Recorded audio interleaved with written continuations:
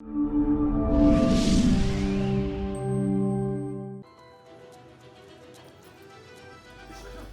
ശ്രീ കമ്പിക്കാടൻ കൊല്ലപ്പെട്ടു. സാഹിത്യ ലോകത്തിന് തീരാ നഷ്ടമാണ് അദ്ദേഹത്തിന്റെ വിയോഗം. ഏകദേശം ഒരാഴ്ചയോളമായി ആരും തിരിച്ചറിയാത്ത നിലയിൽ ജില്ലാശുപത്രിയുടെ മോർച്ചറിയിലായിരുന്നു അദ്ദേഹത്തിന്റെ മൃതശരീരം. ഈ മരണം കൊലപാതകമാണെന്നാണ് പോലീസിന്റെ പ്രാഥമിക നിഗമനം. പ്രതിയായ യുവ സംവിധായകൻ ഷിബുവിനെ സൗത്ത് പോലീസ് കസ്റ്റഡിയിലെടുത്തതായാണ് ഒടുവിൽ കിട്ടിയ വിവരം. സിനിമ ഷൂട്ടിങ്ങിനിടയിൽ വളരെ ആസൂത്രിതമായാണ് അദ്ദേഹത്തെ കൊലപ്പെടുത്തിയത്. അതിന്റെ സംവിധായകനാണ് ഈ പറയുന്ന പ്രതി. പ്രതിപക്ഷ നേതാവ് ഉൾപ്പെടെ സാമൂഹിക സാഹിത്യ രംഗത്തെ നിരവധി പേർ അനുശോചനം രേഖപ്പെടുത്തി.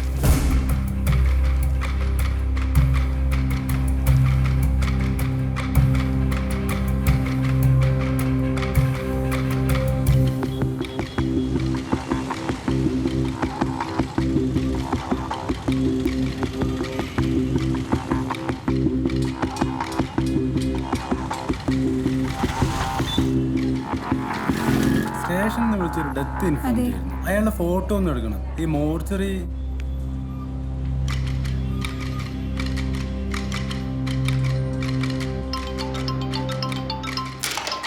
ഒരു സെക്കൻഡ്. ഹലോ സർ,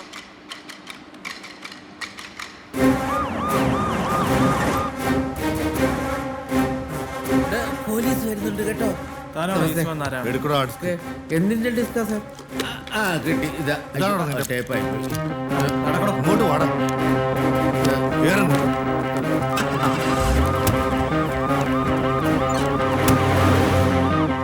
തികച്ചും സാധാരണക്കാരുടെ ഇടയിലായിരുന്നു അദ്ദേഹത്തിന്റെ ജീവിതം. മാർക്കറ്റിലും ബസ് സ്റ്റാൻഡിലും അദ്ദേഹം സ്ഥിരം സാന്നിധ്യമായിരുന്നു. ഒരുപാട് പേർക്ക് അദ്ദേഹത്തോട് അഗാധമായ അടുപ്പമുണ്ടായിരുന്നു. ഈ സമയത്ത് അദ്ദേഹത്തെ കുറിച്ച് ഓർക്കാൻ നമ്മളോടൊപ്പം മുതിർന്ന മാധ്യമപ്രവർത്തകനായ ശ്രീ സി വി ദാസ് ചേരുന്നു. എന്താണ് സാർ ഈ സമയത്ത് അദ്ദേഹത്തെ കുറിച്ച് നമ്മളോട് പറയാനുള്ളത്? എനിക്ക് അദ്ദേഹമായിട്ട് ഒരുപാട് കാലത്തെ ആത്മബന്ധം ഉണ്ട്. ആരെയും നോക്കാത്തൊരു പ്രകൃതം. അവസാന നാളിൽ വീട്ടുകാരൊക്കെ ആയിട്ട് അകൽച്ചയിലായിരുന്നെന്നാണ് അറിയാൻ കഴിഞ്ഞത്. ഏതേ കവി രാവിലെ മുതൽ തുടങ്ങിയാണല്ലോ. എല്ലാ ചാനലുകളും മാത്രമല്ലോ. ഇവർക്ക് പിന്നെ എന്തേലും ഒന്ന് കിട്ടിയാൽ മതി. പത്മശ്രീ ഉൾപ്പെടെ നിരവധി ബഹുമതികൾ അദ്ദേഹത്തെ തേടിയെത്തിയിട്ടുണ്ട്. അടുത്തതായി നമ്മോടൊപ്പം മുതിർന്ന സാഹിത്യകാരനായ ശ്രീ രവി കൈപ്പുഴ ചേരുന്നു.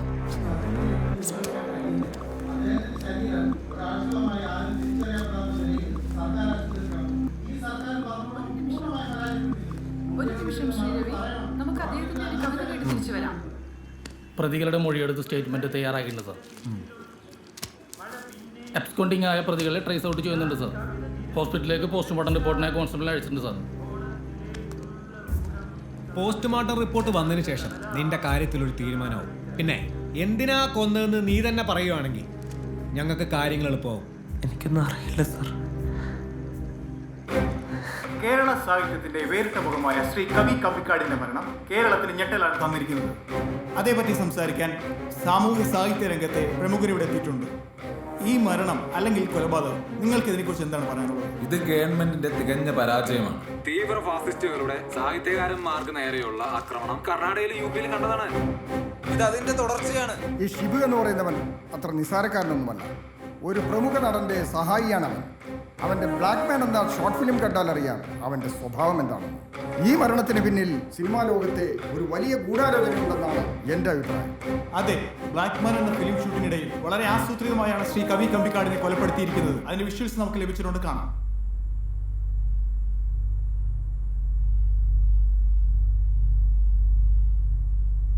ബ്ലാക്ക് മാനാ? എന്താ സാധനം?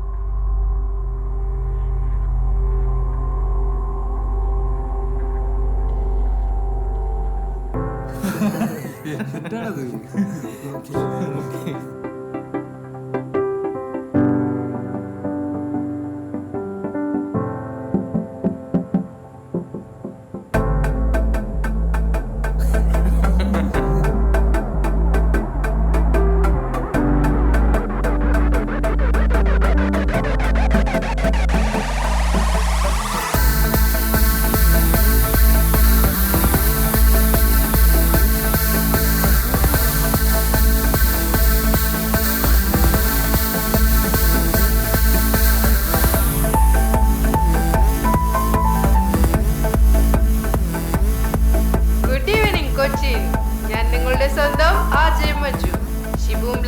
ആണല്ലോ നമ്മളുടെ ഇപ്പോഴത്തെ ഹോട്ട് ടോപ്പിക്.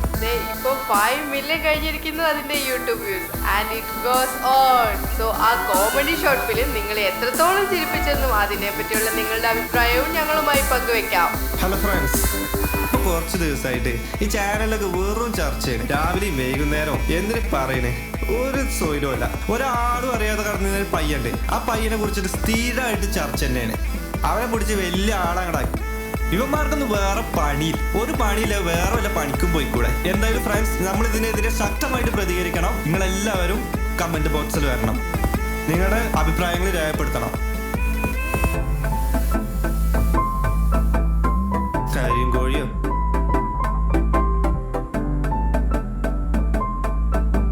എന്ത്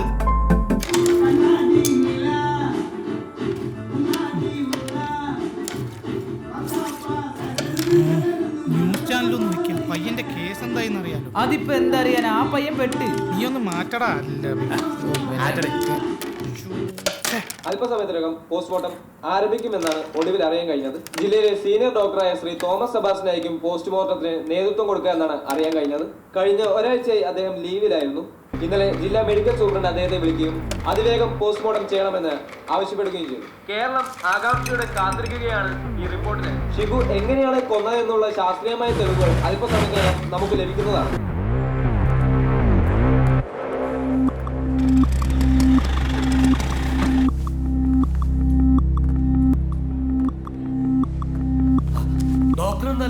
ഞാൻ തോമസ് സാറിനെ ഒന്ന് കണ്ടിട്ട് വരാം. വേണ്ട, തോമസ് സാറ് പോസ്റ്റ്മോർട്ടത്തിന് കയറി. മോളിൽ നിന്ന് എന്തോ വിളിയുണ്ടായിന്നൊക്കെയാണ് കേട്ടത്.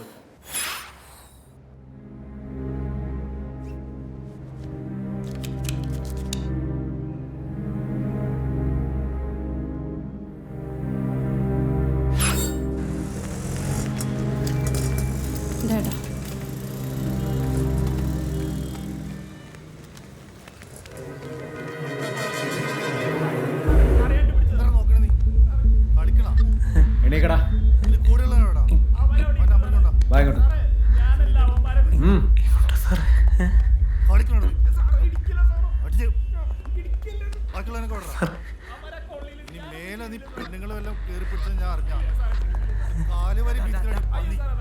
ഇങ്ങോട്ട് നിൽക്കടാ.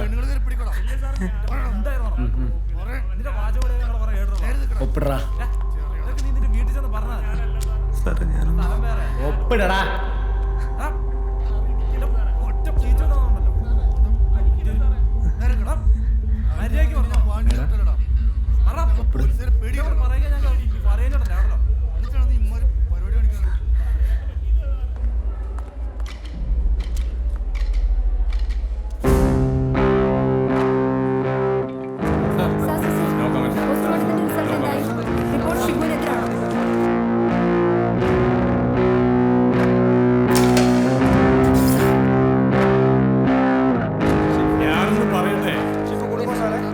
സ്വാഭാവികമായിട്ടുള്ള മരണമാണ്. അമിതമായ ലഹരി ഉപയോഗം കൊണ്ടുള്ള ഹൃദയാഘാതം മൂലമാണ് അദ്ദേഹം മരിച്ചത്. ഞാൻ പറഞ്ഞില്ലേ ഇത് അവനായിരിക്കില്ലെന്ന്. അതെങ്ങനെ? അപ്പൊ ഷിപ്പ് കൊന്നതാണെന്ന് പോലീസ് പറയുന്നതോ? അത് പോലീസിനോട് ചോദിക്കണം. ഒരു മരണം നടന്ന് അതിന്റെ പോസ്റ്റ്മോർട്ടം കഴിയുന്നതിന് മുമ്പ് തന്നെ അത് കൊലപാതകമാണെന്നും പ്രതിയെയും പോലീസ് പ്രഖ്യാപിച്ച ഞാൻ എന്ത് ചെയ്യാനാണ്? മരണം കഴിഞ്ഞ് പോസ്റ്റ്മോർട്ടം ഇത്രയും വൈകിയത് ഡോക്ടറെ ഉത്തരവാദിത്തം ഇല്ലായ്മയല്ലേ? അതെ, നിങ്ങൾ എന്നെ ഉത്തരവാദിത്തത്തെ കുറിച്ച് പഠിപ്പിക്കണ്ട. എന്റെ ഉത്തരവാദിത്തം എന്താണെന്ന് എനിക്കറിയാം. പോസ്റ്റ്മോർട്ടത്തിന്റെ ജെനുവിനിറ്റിയെ കുറിച്ച് ഞങ്ങൾക്ക് സംശയമുണ്ട്. നിങ്ങൾക്ക് ഈ ഗൂഢാലോചനയിൽ പങ്കുണ്ടോ? എന്താ എന്റെ പേര്? മിനി പുതുക്കുളം. എന്തിനാ മോളെ ഈ വായ തോന്നിയൊക്കെ വിളിച്ചു പറയുന്നത്? ചർച്ച ചെയ്ത് ഒരുത്തന്റെ ജീവിതം നശിപ്പിക്കാൻ എളുപ്പമാണ്. പക്ഷെ എത്ര ചർച്ച ചെയ്താലും അവന്റെ തകർന്നു പോയ ജീവിതം തിരിച്ചു കൊടുക്കാനാകില്ല. അത് ഓർത്താ കൊള്ളാം.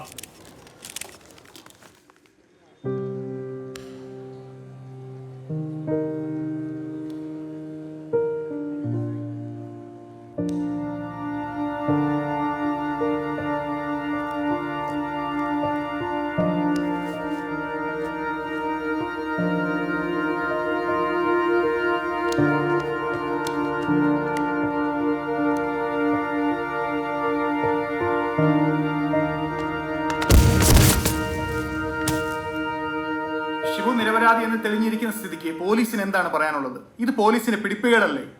ഷിബു എന്ന യുവ സംവിധായകന് സത്യത്തിൽ നീതി നിഷേധിച്ചിരിക്കുകയല്ലേ? ആ കൊച്ചൻ മിടുക്കനാണെന്ന് പണ്ടേ എനിക്കറിയാം. പക്ഷേ ഇപ്പം എനിക്ക് തോന്നുന്നത് ഈ കൊലപാതകത്തിന് പിന്നിൽ സിനിമാ മേഖലയിലെ വൻ മാഫിയയാണ്.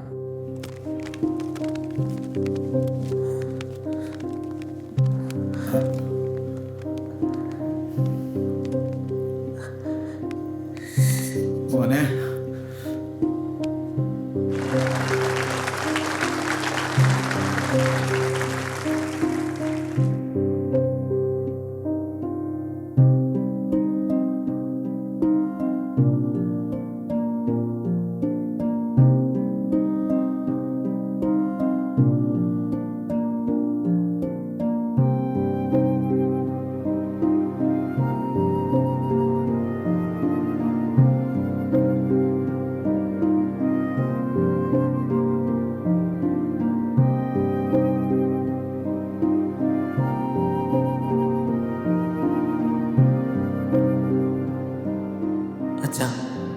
ഞാനൊരു തെറ്റും ചെയ്തിട്ടില്ല. ആരെയും കൊല്ലാനോ പിടിച്ചു പറിക്കാനോ ഒന്നിനും പോയിട്ടില്ല. ഒരു സിനിമ ചെയ്യാൻ ഇറങ്ങി തിരിച്ചു. അത് ഇത്ര വലിയ തെറ്റാണോ? ഇറങ്ങി തിരിച്ചതല്ല മോനെ തെറ്റ്. നമ്മൾ എന്തിനിറങ്ങി തിരിച്ചു എന്ന് മറന്നു പോയതാണ് തെറ്റ്.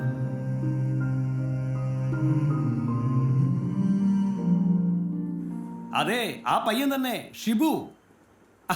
നമുക്ക് അവനെ കൊണ്ട് ഡയറക്റ്റ് ചെയ്യിപ്പിക്കാം. അവനിപ്പോ ലൈം ലൈറ്റിൽ നിൽക്കില്ലേ? ഇപ്പൊ അവനാണ് ട്രെൻഡ്. അപ്പൊ നമ്മൾ മാക്സിമം യൂസ് ചെയ്യണം. ജനങ്ങൾക്കൊക്കെ അവനെ വലിയ ഒറ്റ മിനിറ്റേ, ഇപ്പൊ വിളിക്കാം. ഷിബു ഇരിക്കി. അതെ, കുടിക്കാൻ ഒരു ആപ്പിൾ ജ്യൂസ് എടുത്താലോ? അല്ലെങ്കിൽ മുന്തിരി, ഓറഞ്ച്, ഷമാം, പൈനാപ്പിൾ, സാത്തുക്കുടി? ഒന്നും വേണ്ട സാറേ.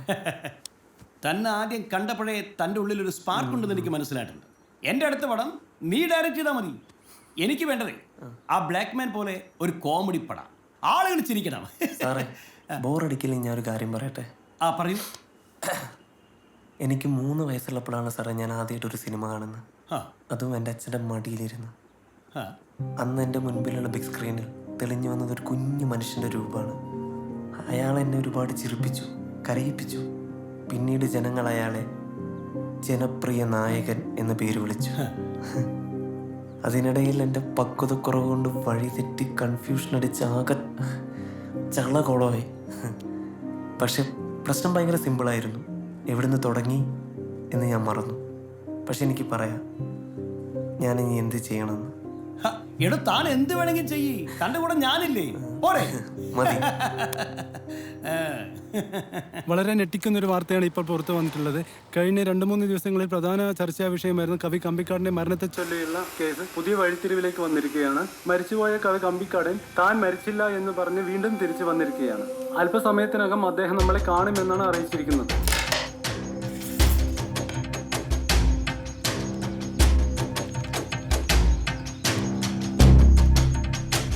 സാർ മരിച്ചു എന്ന വാർത്ത ശരിയാണോ?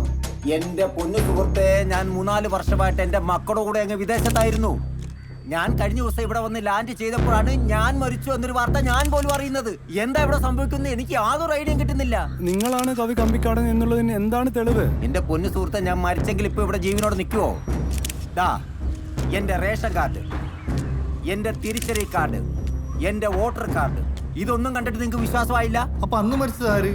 ഇതിന് കൺകെട്ട് വല്ലതാണോ? സാറി പറഞ്ഞതൊക്കെ ഞങ്ങൾ എങ്ങനെ വിശ്വസിക്കും? കവിയുടെയും സാഹിത്യകാരന്റെ വേഷത്തിൽ ഞാൻ ഈ നാട്ടിൽ നടന്നിട്ട് ഒരുവരെയും സമൂഹം എനിക്ക് തന്നില്ല.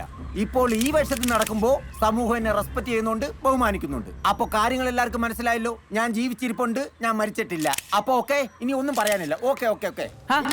അത് കലക്കി. ഇപ്പോഴാ കളി ഒന്നും മൂത്തെ. അതല്ല, അപ്പൊ ശരിക്കും മരിച്ചതാരാ? അത് ശരിയാണല്ലോ. അപ്പൊ ശരിക്കും മരിച്ചതാരാ?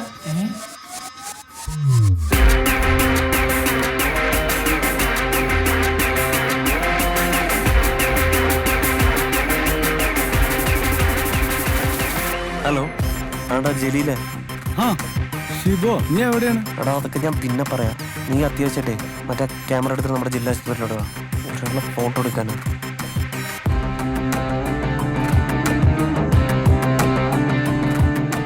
ഇത് ദയവായിട്ട് തന്നൊരു ചാൻസാണ്. ഞാൻ രണ്ടും കൽപ്പിച്ചൊരു കളി കളിക്കാൻ പോവാ. ഒത്താലൊത്തു, നീ കൂടെ ഉണ്ടാവില്ലേ?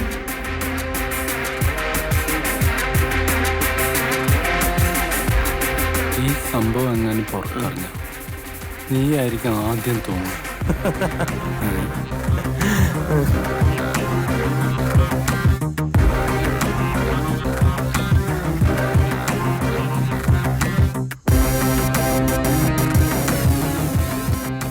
ആവശ്യമില്ലാത്ത സാധനങ്ങളൊക്കെ അയാൾക്ക് വലിക്കാൻ കൊടുത്തിട്ട് കാറ്റിന് ഓപ്പറേഷൻ കഴിഞ്ഞ് കിടക്കുന്നല്ലേ.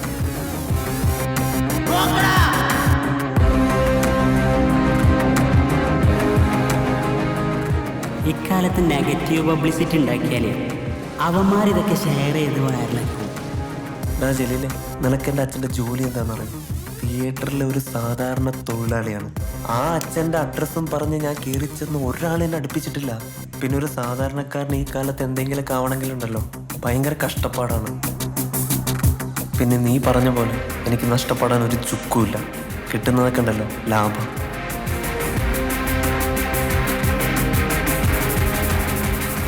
മരണപ്പെട്ടത് കവിയുടെ രൂപസാദൃശ്യമുള്ള പ്രകാശൻ എന്ന് പറയുന്ന ഭിക്ഷക്കാരനായിരുന്നുവെന്ന് മാധ്യമങ്ങളുടെ അന്വേഷണത്തിൽ കണ്ടെത്തിയിരിക്കുന്നു. കുറച്ചു ദിവസങ്ങളായി നടന്നു വന്നിരുന്ന അഭ്യൂഹങ്ങളും അതിന്മേൽ നടന്ന ചർച്ചകളും പ്രത്യക്ഷമായോ പരോക്ഷമായോ ശ്രീ കവി കമ്പിക്കാടിനും ശിബുവിനും നേരിടേണ്ടി വന്ന എല്ലാ അസൗകര്യങ്ങൾക്കും ഞങ്ങൾ ഖേദം പ്രകടിപ്പിക്കുന്നു. ഒരു കവി അഭിനയിച്ചതാണെന്ന് കരുതി 10 പേർ കൂടുതൽ ഷെയർ ചെയ്യുമെന്ന് വിചാരിച്ചിട്ടാണ് ഞാൻ ആ പിച്ചക്കാരനെ കാസ്റ്റ് ചെയ്ത്. പക്ഷെ അതിനു മുകളിൽ വേറൊരു പ്ലാൻ ഒരുക്കി വെച്ച് എന്നെ ഉയരത്തിലേക്ക് എത്തിച്ച ദൈവമേ, നിങ്ങളാണ് യഥാർത്ഥ മാസ്.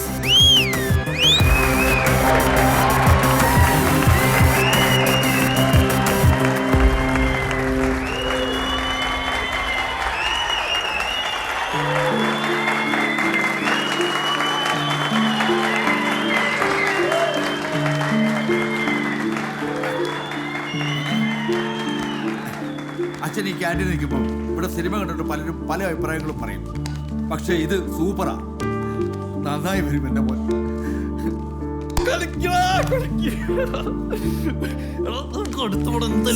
ചെയ്യണം, അതിനൊരു മാറ്റില്ല.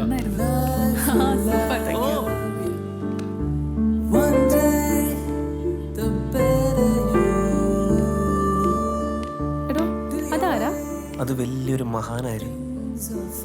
അല്ല, പടം ഇഷ്ടായ? കൊള്ളാം, പക്ഷെ നമ്മുടെ ബ്ലാക്ക് മാൻ അത്രയില്ല. ഇഷ്ടപ്പെട്ടില്ലേ? ഇഷ്ടായി. എന്ത് ഇഷ്ടായി? ആരെ? പോടാ.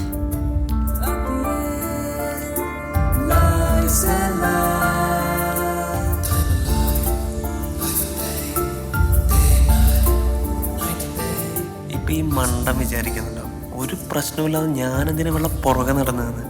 ഇതുപോലെ കാണാൻ കൊള്ളാവുന്ന ഡോക്ടറായ നല്ല സ്വഭാവമുള്ള ഒരു കൊച്ചിനെ ചുമ്മാ വിടാൻ ഞാനത്ര നിഷ്കൊന്നല്ല.